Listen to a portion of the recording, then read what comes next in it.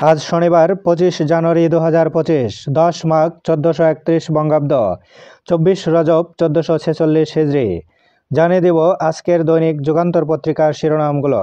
আওয়ামী লীগের 15.5 বছরে ব্যাংক খাতে লুটপাট, সূচকগুলো উদ্বেগজনক। অপ্রয়োজনীয় সংস্কার প্রস্তাব, ঘোষণাপত্র ও নতুন দল। 3 ইস্যুতে সন্দেহ বাড়ছে বিএনপিতে। ক্লাউস শোয়াবকে ডক্টর ইউনূস, নির্বাচন আয়োজনের অপেক্ষায় সরকার, সিদ্ধান্ত জনগণের। ছাত্র সমাবেশে নাসিরুদ্দিন পাটোয়ারি, এক দলীয় সংবিধান দিয়ে বহুদলীয় গণতন্ত্র হবে না, বিচার সংস্কারে বাধা দিলে রাজপথে নামার হুঁশিয়ারি। কুড়িগ্রামে জামায়াতে আমির, আওয়ামী লীগ 26 লাখ কোটি টাকা চুরি করে নিয়ে গেছে। প্রতিদিন দৈনিক পত্রিকাগুলোর শিরোনাম জানতে লাইক, কমেন্ট এবং সাবস্ক্রাইব করুন। এবার শেষের পাতা। ছাত্র জনতা হত্যায় 2400 মামলা, 5 মাসেও শেষ হয়নি কোনো মামলার তদন্ত।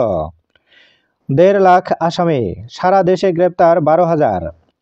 শেখ হাসিনার নামে মামলা 275টি, আওয়ামী লীগ নেতাদের নামে 697টি। পুলিশের রদবদল ও তদন্ত কর্মকর্তাদের অতিরিক্ত চাপে বিলম্ব। নাম প্রত্যাহারে স্বতন্ত্র মন্ত্রণালয়ে আবেদন। শিল্পোদ্যোক্তা শওকত আজিজের বিরুদ্ধে ষড়যন্ত্রমূলক মামলা। চবি থেকে 84 শিক্ষার্থী বহিষ্কার। কোকোর মৃত্যুবার্ষিকীর অনুষ্ঠানে মির্জা ফখরুল, 1/11 পরিণতি বিএনপির চেয়ে কেউ বেশি ভোগ করেনি। ব্যবসায়ীকে গুলি করে 70 ভরি স্বর্ণ ও টাকা লুট। লিভার প্রতিস্থাপনের সিদ্ধান্ত নেয়নি বোর্ড, হাসপাতাল থেকে বাসায় ফিরতে পারেন খালেদা জিয়া। দখল, চাঁদাবাজি, কুয়াকাটায় বেপরোয়া বিএনপি নেতাকর্মীরা। জন্মসূত্র নাগরিকত্ব বাতিল, ট্রাম্পের আদেশ 14 দিনের জন্য স্থগিত আদালতের।